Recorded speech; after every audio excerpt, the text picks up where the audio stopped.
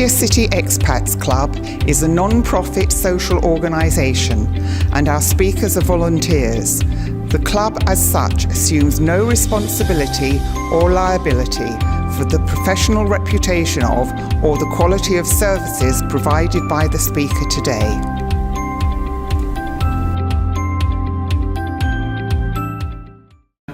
Usually we're very honoured and we have a special activity for you from the Hand to Hand Foundation.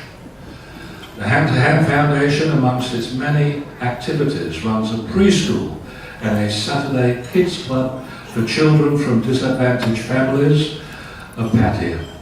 In what will be the first of the Hand to Hand Foundation and our club, 20 children will be performing Christmas carols in Thai and English this morning, plus they will perform some dances.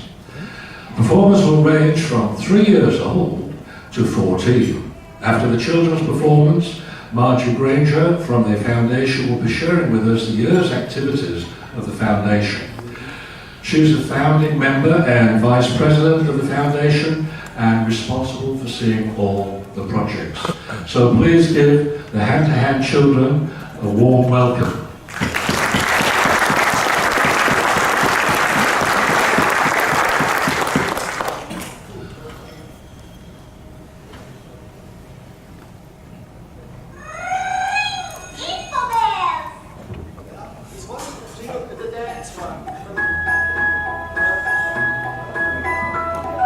Hang on, there's a glitch.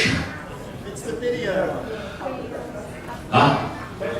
Anybody tell a joke? I went home the other night, and that's a joke.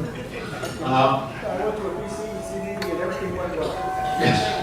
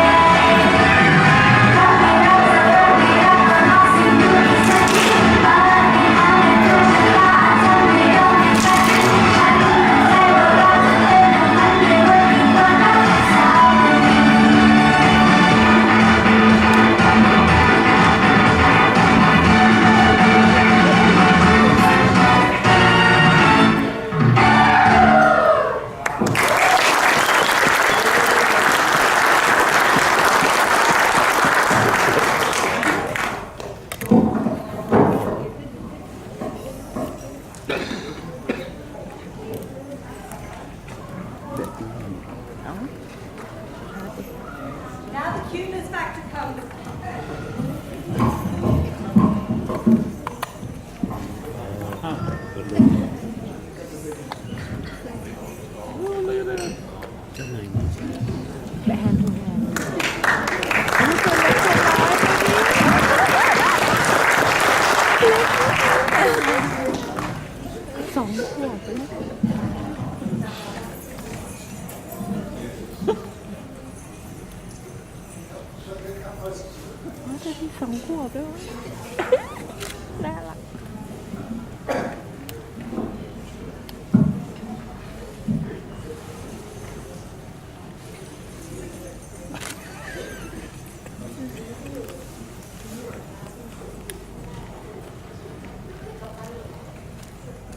Get your sunglasses. Yes. The children are going to start with the national anthem of Thailand, so if you could all stand up for the anthem.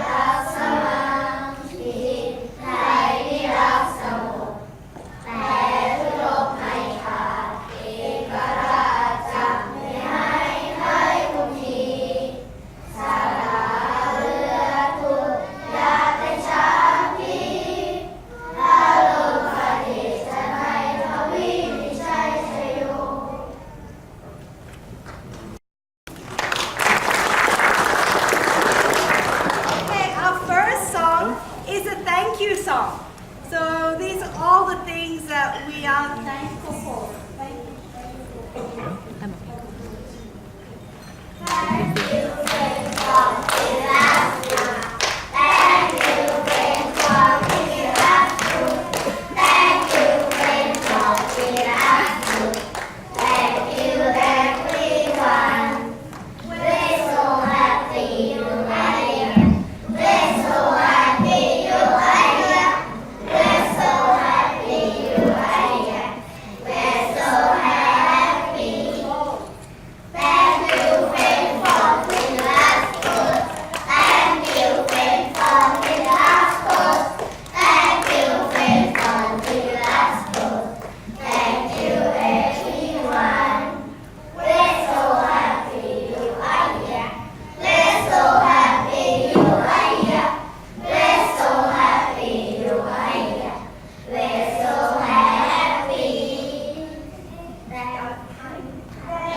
Thank you, friends from Alaska. Thank you, friends from Alaska. Thank you, friends from Alaska. Thank you, everyone. We're so happy you are here. We're so happy you are here. We're so happy you are here. We're so happy. Thank you, friends from Alaska. Thank you, friends from Alaska. Thank you, friends from Alaska. Thank you, everyone. We're so happy you are here. We're so happy you are here. We're so happy you are here. We're so happy. Thank you, friends from Alaska. Thank you, friends from Alaska. Thank you, friends from Alaska. Thank you, everyone. We're so happy you are here. We're so happy you are here. We're so happy you are here. We're so happy.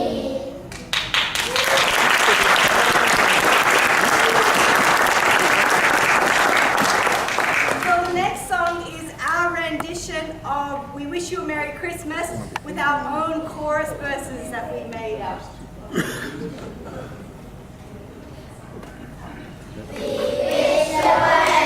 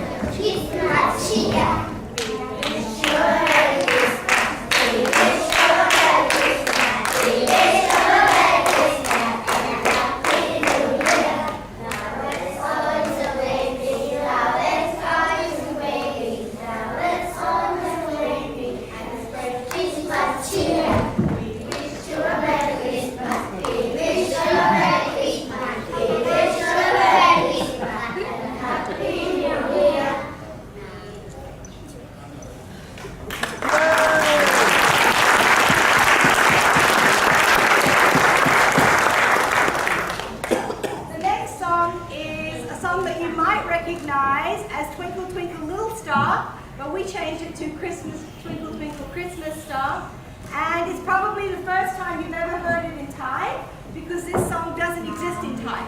So we translated it. So this is the first performance of Twinkle Twinkle Christmas Star in Thai ever.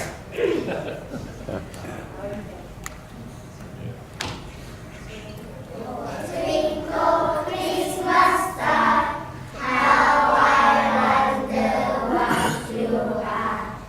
And the mother was so high, like diamonds in the sky. Twinkle, twinkle, Christmas sky, how I wonder what you are. Fly up the Christmas.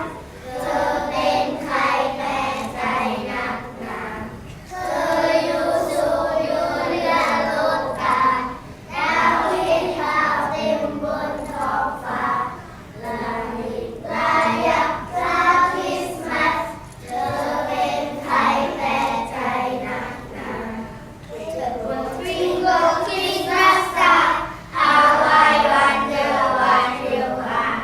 Up above the world so high, like a diamond in the sky. Twinkle, twinkle, Christmas star, how I wonder what you are.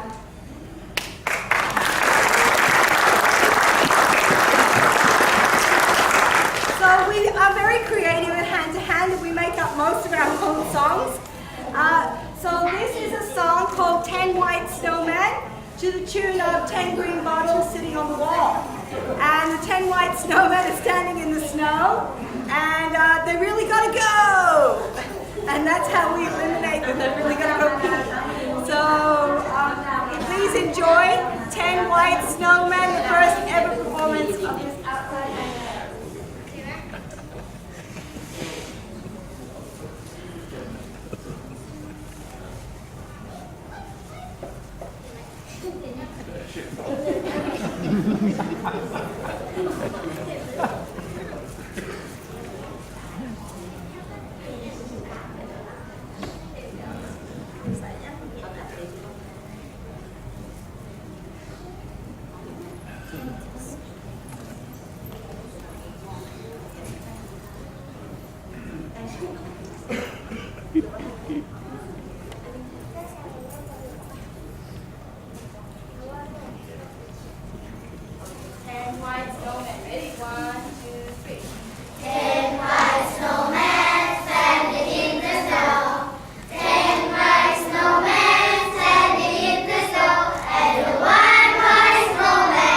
We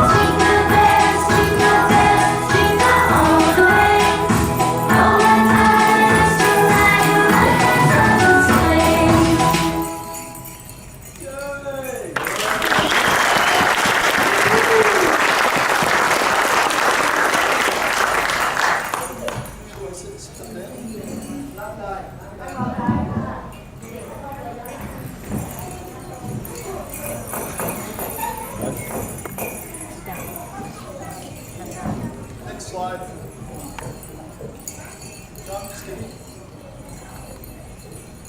Next slide, Skippy. We've got a lockup, have we? Okay. I'm going to pump up with song that tea, okay? Yeah, I'm going to sing to that, right. Okay. So, you might have noticed our equipment's better than normal here because I and Tom and Herb are making a documentary about the founding and journey of Hand to Hand. Now, as the children have one more song to sing, or at the chorus of the song. It's a song that I wrote in connection with this documentary.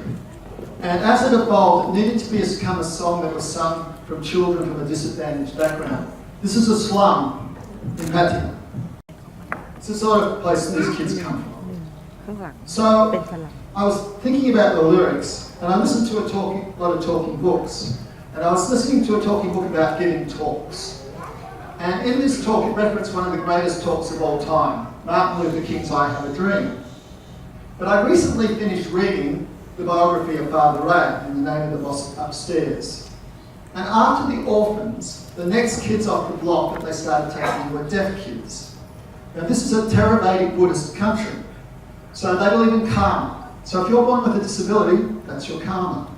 If you have a child with a disability, that's your karma. So these kids were not exactly a source of pride, and also the parents didn't know how to communicate with them anyway. So they tended to just be left in a room.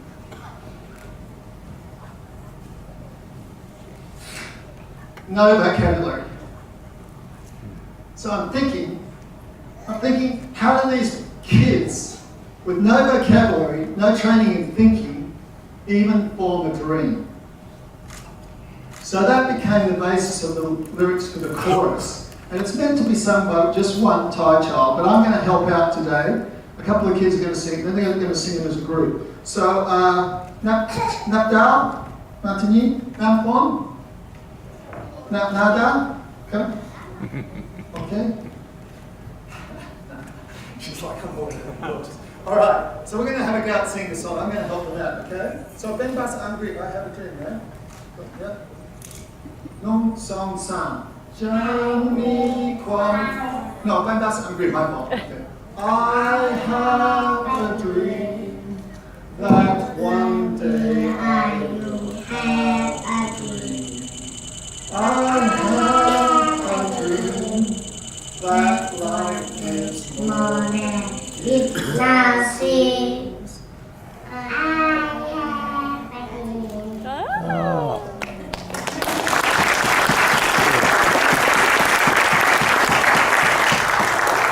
So you can see up there the lyrics for the song. Now, what virtually nobody here knows is that one of the kids who danced for you at the beginning, Pan, is dead. Pan, where's Pan? Pan, Martini. So she's going to show you how to sign this song in Thai, right? So, okay. น้องสองสามจะมีความใฝ่ฝันในที่สุดจะมีความฝันจะมีความใฝ่ฝันชีวิตเป็นมากกว่าในทุกวันจะมีความใฝ่ฝัน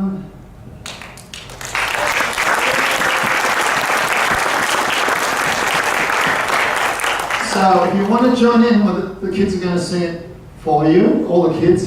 Just, you can always all do the part that just says I have a dream or Jan Mi Kwam Phai Fan. Jan, me, Jan, come on, point, wake up guys. I have a dream. Okay? Come on, wakey. I have a dream. Jan, I have So you can all join in that part of the song. All right. Yun Dai Man.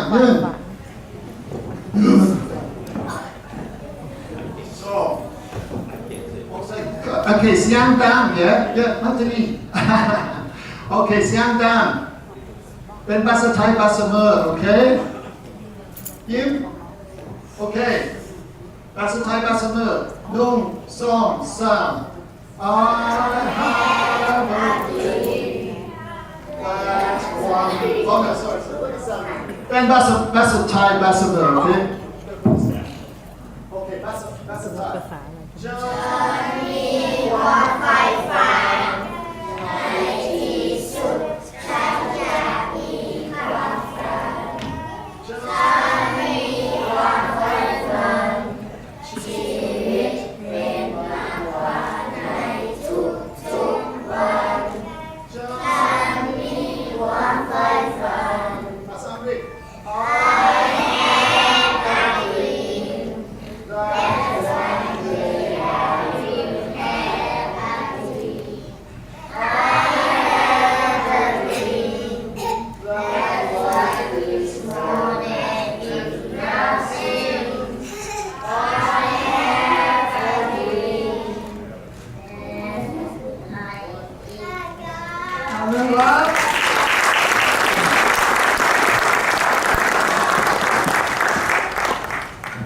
And that's the show.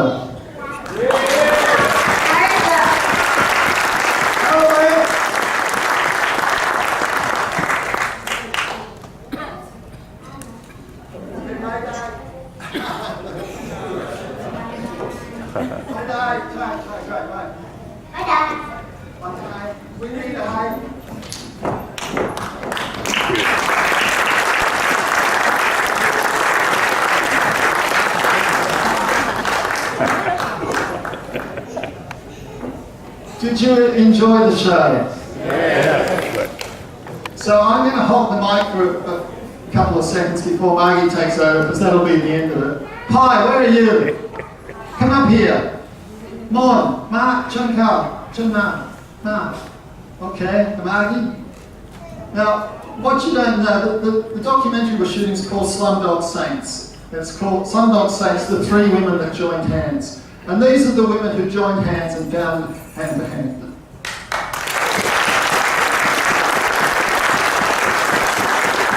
Now, you don't realise how remarkable their story is. Pi, before there was even Hand to Hand, would go into the slums and just teach the kids in the slums under a tree. No pencils, no books, they just trace out the letters in their hands. And she tells this unbelievable story about how, one time, it was lunchtime, all they had was a bowl of rice with flavouring in it, and they'd pass it around the group, and each kid would take a few pieces of rice out of it. So, we love you guys, I love you guys. Okay, now the other thing, just briefly, is what I learned from writing that song is what these people do, and Kuntoya, the orphanage, and Father Ray, is what they do is they raise people up to the stage where they can actually have a dream. They can actually form a dream. They can't guarantee them that they'll get that dream, but at least they become capable of joining, forming a dream that they might be able to go after. And you're going to tell us one story about Ploy. Yes, this lady. Thank you.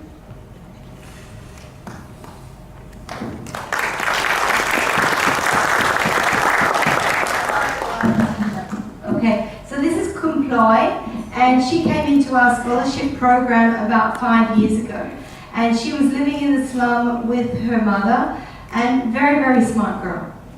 But in Thailand, if you don't do the extra Saturday classes, you don't get taught the extra content, you'll never be number 1 in your class, even if you are the smartest kid. So she went on to our scholarship program, and we began to get her the extra schooling that she needed to, and she went to university, and she has just finished studying forensic medicine. And so she graduated and she got a job at the local government hospital in Soibuka. And not long after she got that job, because she was with us and she could speak some English, she now has a job at the Bangkok Pattaya Hospital. So she is now earning a very nice little salary, and her whole family has graduated from the slum. So she's now to take care of her mother and her father and her younger brothers and sisters and put them through school. So by educating one child and helping her to fulfill her dream, we have saved generations from poverty. And so thank you so much for being a part of that.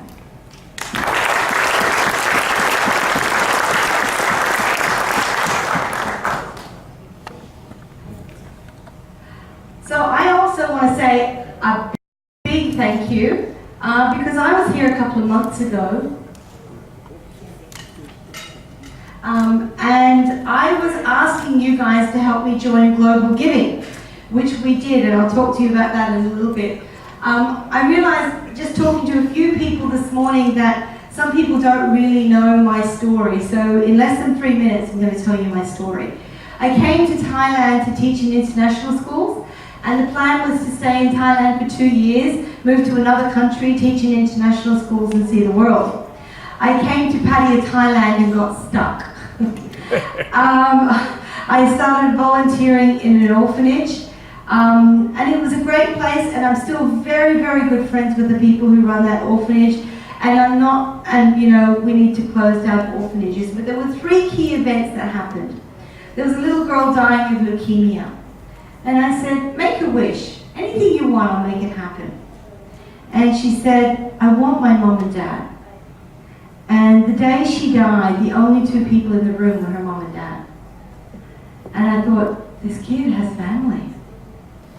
And then there was a little boy who came to the orphanage, and he was living with his auntie in the slum. And he kept running away from the orphanage to his auntie who lives in the slum, and I said, can't we help the boy stay with his auntie? And the answer was no, because we don't have the resources to support a family. Not because they were trying to keep this child away from family, but they were doing the best they could with the resources that they had. And then I would see people bring their children and leave crying, and I would say, why? If you love your child, why do you do this? And the top answer was, I can't afford education. If my child has no education, they have no future. I don't have enough food, and I don't have adequate housing. Okay, if I gave you education, food, and housing, would you keep your child?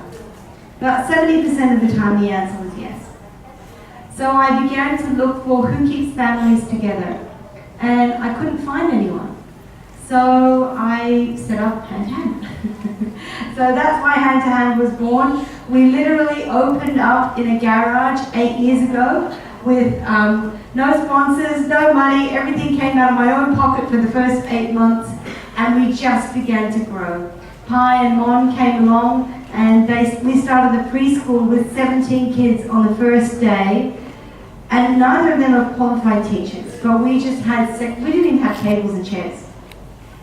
And many people laughed and said, what do you think you're doing?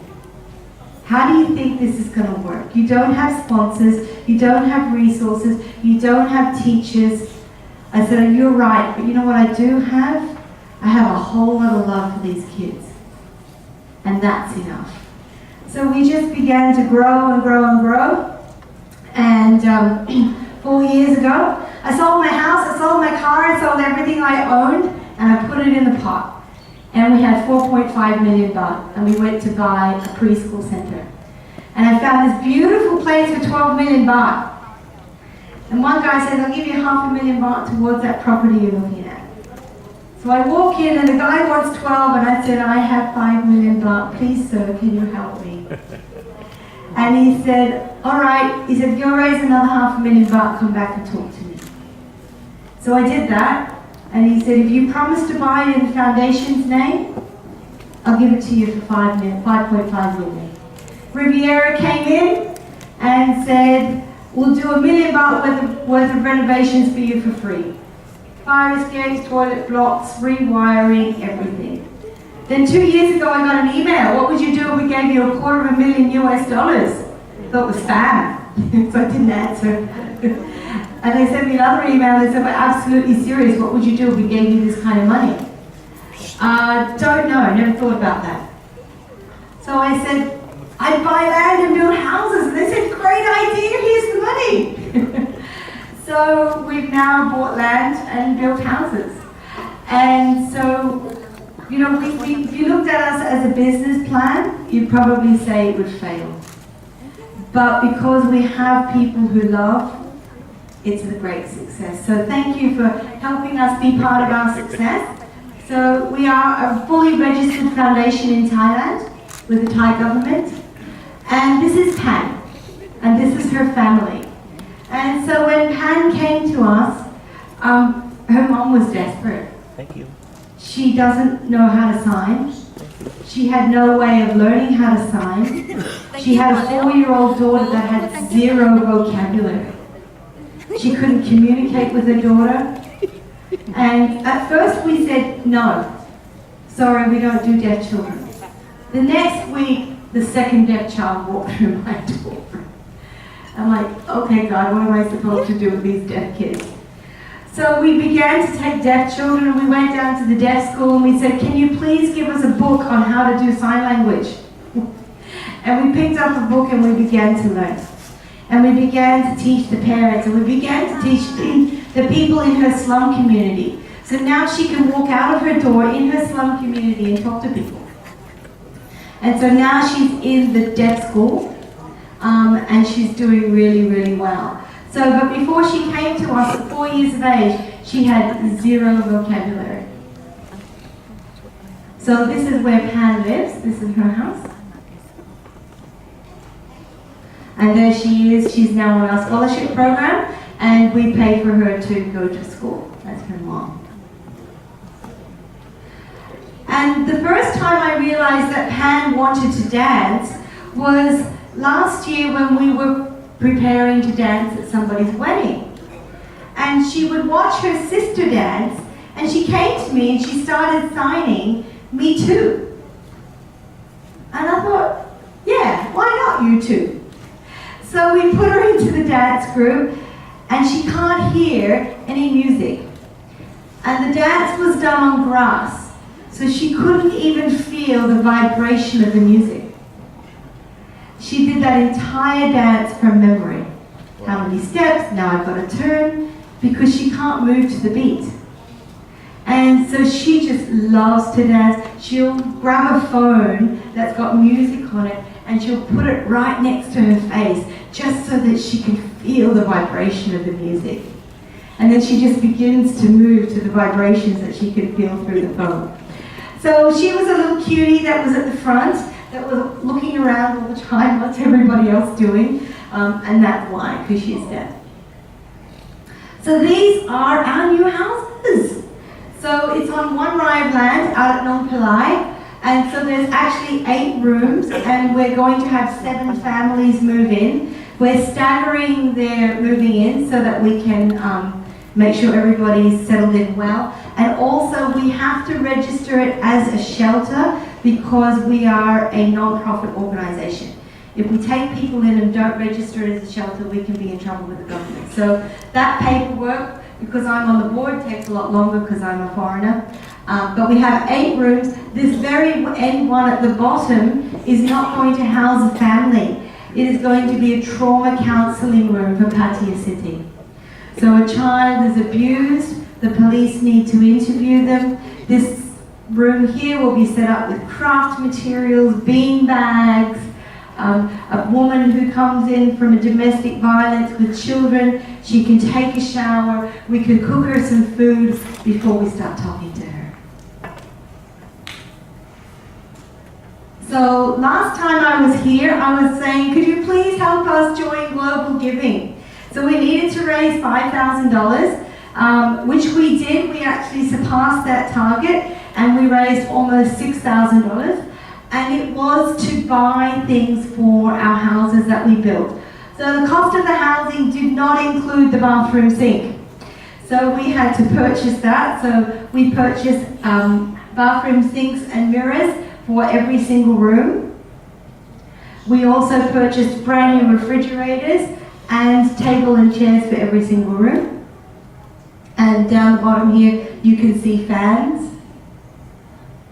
And every house also got a set of pots, cutlery, a rice cooker, a hot water pot.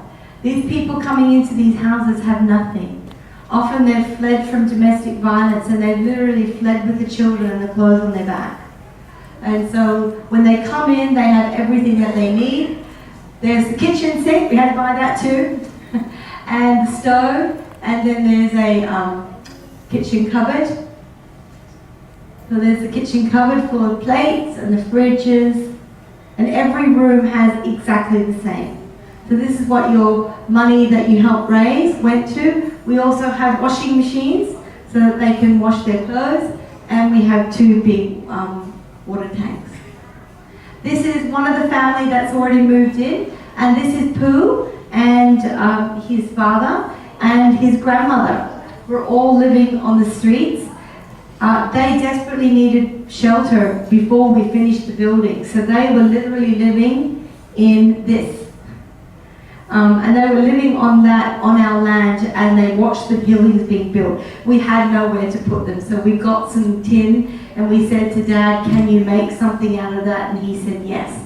So they've lived in that for 8 months whilst they've watched the houses being built. And here's the grandma. And they're all living in there right now. We have house registration books for every room. She's 65 years old. She's never had a house registration book. That means she's never had access to education, medical care, government funding. At 65, she now has a house registration book. She can get 600 baht a month from the government for her old age pension. She is so excited to have her house registration book. So it's more than just shelter. It gives them legal status as well. And so we decided to build a kitchen. And so this is at the back of the rooms that we've just built. And so this is just basically a big open area kitchen. And some of the people moving in will be shown how to cook food. They can cook it in clean conditions. Then they take it down to the market and they can sell it. Our second phase is we want to do soap recycling in there. So basically go to the old hotels, get all their old soap, scrape off the outside, crush down the leftover soap, and make it into new bars. And because we give to Global Giving, we get about $200 a month from people who we've never met. So by you helping us raise that $5,000 so that we could get onto the Global Giving website is an ongoing benefit to us. So thank you very, very much. So we have monthly appeals. So this month we're collecting rice and we're almost there. So we're hoping to get 250 bags of 5 kilo rice and 10 bags of 49 kilo bags of rice. So that means if we get to 250, we can give every slum family, every scholarship family, every preschool family a bag of rice for Christmas. So if you go onto our Facebook page, you'll see that there. We're also looking to buy a big water filter. So this is what we have at Hand to Hand. So basically all the water comes from the tap, goes through these massive machines here. This is all clean drinking water. So parents can bring their old containers, refill it. We have clean drinking water in the homes of our children. So we're hoping to put one of these out of the new site as well, not just for the people living there, but there are lots of slum communities around the area. And they can come and bring their old bottles and fill it up and have clean drinking water. What else is new? We play soccer. So in May, I started with a soccer team of 12 kids. This was yesterday. We now have soccer uniforms. We have 2 coaches from the international school that come and coach us every Saturday. We also have some other guys that come along and help. And on December the 8th, we will be playing our first official game against the international school. So considering in May, most of us didn't know how to pick a ball, we're now ready for a game. So that's something exciting that's been happening. And if you love to play soccer, come and join us. So again, thank you. Thank you for your love, thank you for your support, thank you for your time, and thank you for your generosity. Please thank Ben and Margie and the children from Hand to Hand. Any questions? What's the website again? The Our website? website is www.handtohandpatia.com. And the 2 is a TO, not a number 2. I did. And if you have anything secondhand, we need it. I don't care how old it is. If you've got a secondhand mop and you're about to get a new one, don't throw it away.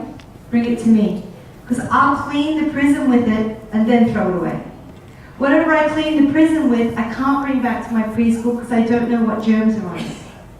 So if you've got old cleaning cloths, you think, I'm going to throw this away in a minute, bring it to me. Clothes, we go through about 3 or 4 garbage bags fulls of clothes every week in the prisons and in the slums. Books that you don't want, anything. There's nothing that we can't not use. Someone actually gave me that challenge once. They said, Margie, I'm going to try and give you something that you can't use. And she tried for over a year. And every time she brought me something, she said, I bet you can't use this. And I said, yes, I can. And the last thing she brought me before she finally gave up is she brought me a broken telephone. You know, one of those old ones that had a receiver? And all it had was the red receiver and a string hanging off it. She said, I bet you can't use that. I said, I bet I can. So I cut the string off and I said, I now have a toy for a baby in the slum who's teething. Because this plastic is really good plastic and they can chew on that and they can bang it on the ground and I can use that. And she said, I give up. So just about that, if we have an appeal for next week to bring in second-hand stuff from Hand to Hand, we can collect it here and pass it on. Who thinks they could bring some stuff in for next week? Okay, well we'll have that appeal, so please bring stuff in. You'd be surprised. Kitchenware you don't use, right? And it could be even like you bought some kind of food and you opened up and you're like, ooh, that's disgusting, I don't like that. And you've got 3/4 of a packet of noodles or spaghetti or whatever in your house that you're not going to eat because you don't like it, you tried it. So don't be shy, don't think, oh gosh, they can't use that, I can't give that, I'm too embarrassed to give that. Everything counts, everything. Also the collection bins, Margie. Yes, so we have several collection bins. We have one out at the loft, out of Mopachan Lake. We have one outside Fraser's on Tapaya Road. They're the two bins inside the city, and we also have some out at Regent School. So if you've got things and you're passing by, chuck it in those green bins and we'll collect it. Amazing job you're doing, Margie. Stand up, please. Amazing job you're doing, Margie. Just wondering how many countries are your children from? Which countries? They're mainly Thai. We do have some Burmese. We have had some Cambodians in the past. We don't have any at the moment. And we do have 2 fully legally registered Pakistani children. So they're mainly Thai, probably 98% Thai, but we do take other nationalities as well. Hello, thank you for your presentation, it was very good. I've always been reluctant. Do you take big clothes? Oh yeah. Okay, I didn't know this again. What are you guys doing with my big clothes? We have big guys in the jail. Oh, jeez. I think I know them.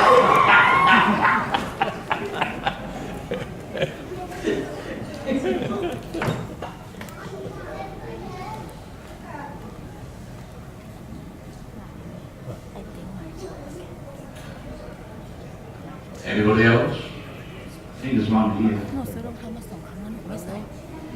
And if you just want to come and visit, you say, gee, that sounds interesting. I'd like to go with you to the prison one day. I'd like to go with you to the slum one day. Then just let me know. Good morning. I'll reiterate other people's congratulations. You're doing an outstanding job. Very impressive. I've got an extended Thai family, some of whom are very poor. I only come to Thailand maybe once a year now. There's a few of them, the younger children, who I think benefit from your Saturday school. But they have families, they've got house and stuff like that. But can they if I brought them along to your place, can they register for Absolutely. your Saturday school? So 8:30 for soccer, 10 o'clock for the Saturday school. And we learn English and Thai, we do games and so on. They're very welcome to either the football or both the football and the Saturday club. Okay, and I'll get your contact details later. Okay. Great. Any more? One at the back there, Albert. Right at the back, the gentleman with a hat on. Must be cold. So I'm just wondering, where are these people live in the slum? Are they local? Do they come from other provinces? Yeah, no, these children who live here locally. So we visit about 10 different slums every week. And they're all over Pattaya. So originally some of the parents come from Chiang Mai, Isan, they'd come to Pattaya looking for work. Yeah. One more here. Another one here. Yeah, thanks very much for your presentation. I noticed the website Global Giving is one that I've given to when there's floods or earthquakes. But my question is, it cost you $5,000, did it, to join this? No. So what happened is Global Giving want to know that you're not some small organisation that's going to collapse in 2 months. So we had to raise $5,000 for a project. So we kept all of that money, but you have to raise at least $5,000 to become one of their projects on their website. So, but my question is, if somebody wants to give on this website, does 100% of it go to you, or what percentage do they take? They take 5%, PayPal takes 9%. Okay, so it's quite small compared with Red Cross or somewhere where it costs 97% in administration costs. No, that's a really good point. You know, all the foreigners you see, including myself, we have to raise our own support to live here in Thailand. So the foundation only pays 6 Thai staff, and that's all of our salaries and administration there. So we rely very heavily on volunteers who have to pay their own way. So yeah, good question. Yes. Right. Okay, one more, just a quick question here. You said you play soccer? Yes, soccer. Yeah, my friend Colin, he's from England, and he doesn't know what soccer is. Can you explain it to my friend? It's that round ball, not the oval one. And you've got to kick it with your foot. I'm 50 and I've decided to learn how to play soccer, so I'm kind of with the under 8-year-olds and I can run and kick a ball now. I used to work in multinational corporations.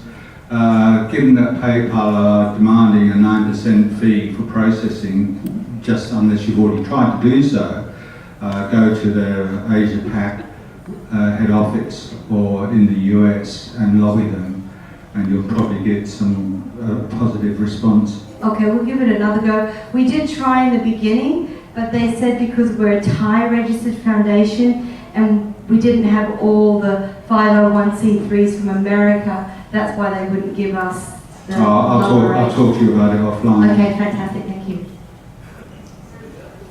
I would just like to say something about volunteering. I come over every now and again and throw my hat in the ring. And I always think a day or two will do it, but I always find that there's something to do the next day, the next day, the next day, the next day, and my plans completely change. And I get so much more fulfillment out of coming here. But I realise how much reliance there is in volunteering for everything. Like for going into the slums to have volunteers to help give out rice, like about this week, go into the prisons, for people who have cars. I mean, there are so many prisoners who need visitors. There would be 2 of us going up this week. Whereas if there were other people with cars who are willing to go, there are a list of prisoners who really need a visit, a list as long as your arm. There are just so many things. To volunteer, it's very important to volunteer on something that you're passionate about. There's no point doing something begrudging. And I think everyone here has got a passion, whether it would be collecting clothes for everyone else and delivering them, going to the prisons, visiting prisoners, going to the slums themselves, even out of curiosity to begin with, to see how these people are living, how they're surviving. When I went this week after the flood, and wading up to my knees with an old woman, barefoot, and her daughter, who couldn't get up because she had a cut and had walked through, waded through the water, and didn't have any medicine on hand to do anything for her. There's such a need for medicines as well. There's no area at all where every person in this room would not have something to offer. Honestly, nowhere yet at all. Thank you, Margaret.